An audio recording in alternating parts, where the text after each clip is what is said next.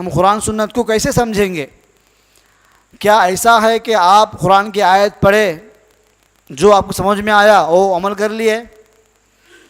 میں نے حدیث پڑھی، جو میرے دماغ میں اس کا معنی سمجھ میں آیا وہی معنی فائنل؟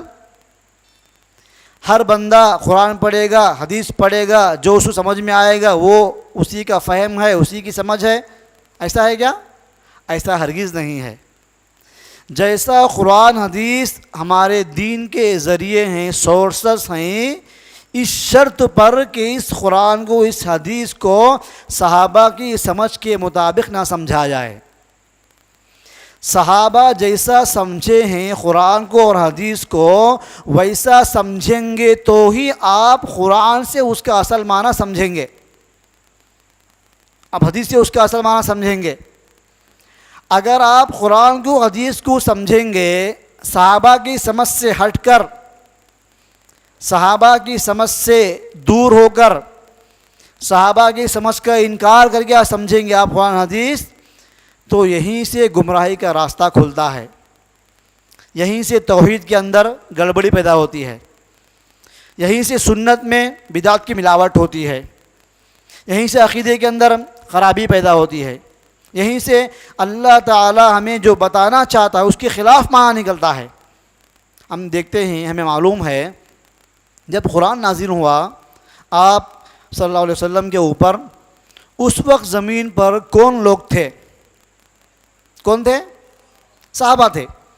آپ صلی اللہ علیہ وسلم نے جو قرآن پڑھ کر کے صحابہ کو سنایا، تو کیا اللہ کے رسول نے اس کا معنی نہیں بتایا صحابہ کو؟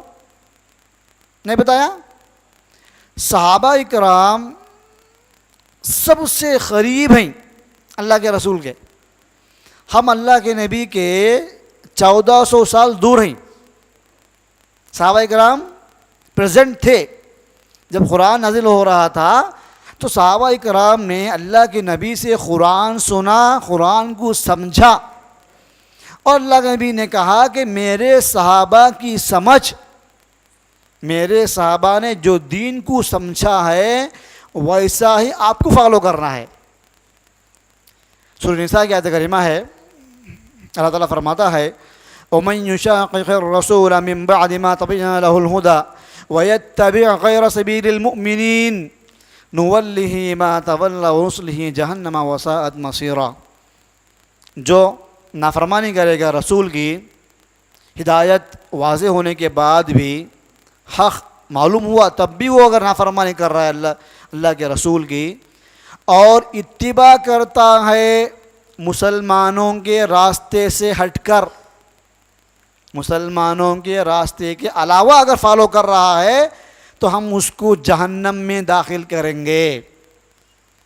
غور سے سنو، اس آیت میں کہا گیا، اس آیت میں ان لوگوں کے لیے جہنم کی وعید سنائی گئی جو رسول کی نافرمانی کرتے ہیں اور مسلمانوں کے راستے سے ہٹ کر چلتے ہیں۔ جب یہ آیت کریمہ اتری، اس وقت کون مسلمان تھے؟ کون؟ صحابہ۔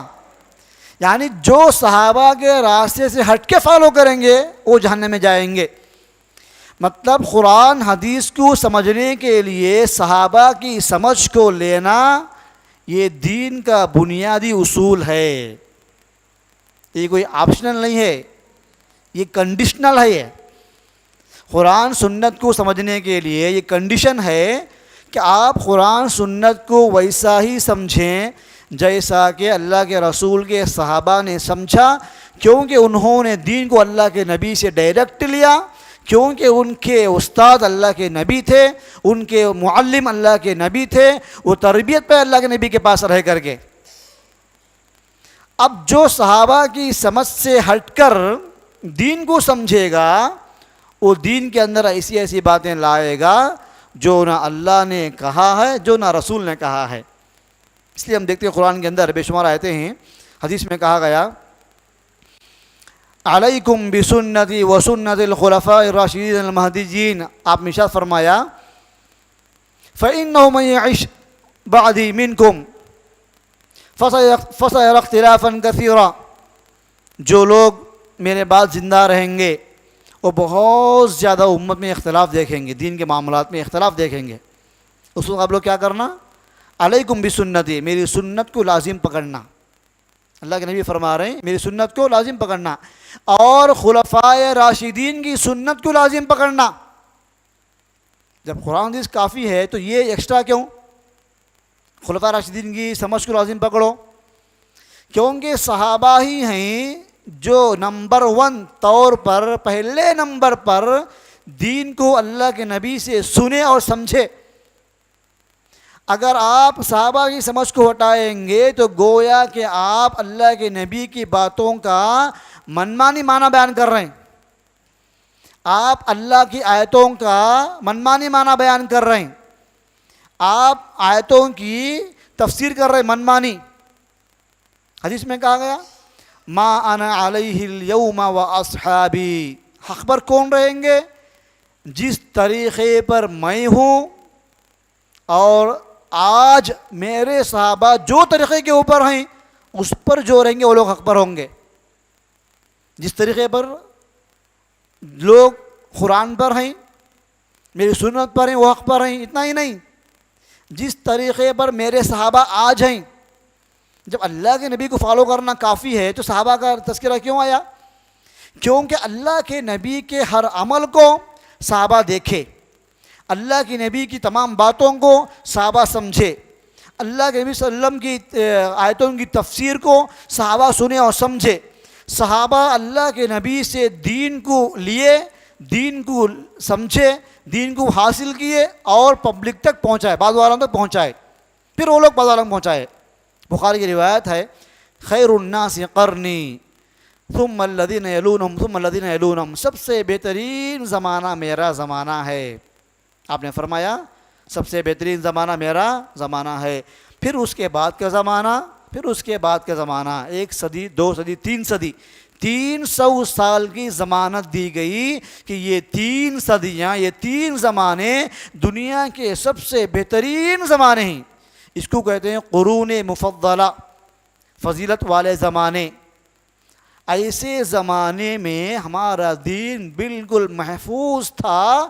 آپ صلی اللہ علیہ وسلم سے صحابہ نے دین سیکھا، بعض والوں تک پہنچایا، تابعین تک پہنچایا، تابعین نے صحابہ سے دین لیا، بعض والوں تک پہنچایا، ان کا نام تبع تابعین ہے، ان کو ہم کہتے ہیں.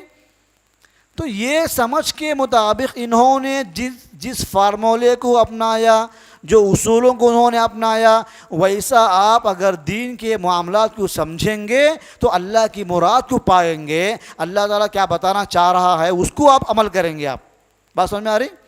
قرآن نے کیا کہا اہل کتاب کے بارے میں، یہود و نصارہ؟ فَإِنْ آمَنُوا بِمِثْلِ مَا آمَنْتُمْ بِهِ فَقَدِ اهْتَدَوْا، اگر یہ یہودی اور نصرانی لوگ ویسا ایمان لائیں گے جیسے یہ میرے صحابہ ایمان لائے، جیسے تم لوگ ایمان لائے ہو. صحابہ سے مخاطب ہے قرآن. صحابہ جیسا تم ایمان لائے ویسا ایمان لائیں گے یہودی اور نصرانی، فقد اہتدوا، تو ہدایت پائیں گے، ہدایت یافتہ ہوں گے، صحیح راستے پر ہوں گے. فَإِن تَوَلَّوْا فَإِنَّمَا هُمْ فِي شِقَاقٍ، اگر یہ آپ جیسا ایمان نہیں لائیں گے، روگردانی اختیار کریں گے تو وہ اختلاف میں پڑ جائیں گے. اختلافات سے بچنے کے لیے، دین کو سمجھنے کے لیے صحابہ کی سمجھ کو بنیاد بنانا، یہ قرآن کی تعلیم، حدیث کی تعلیم ہے.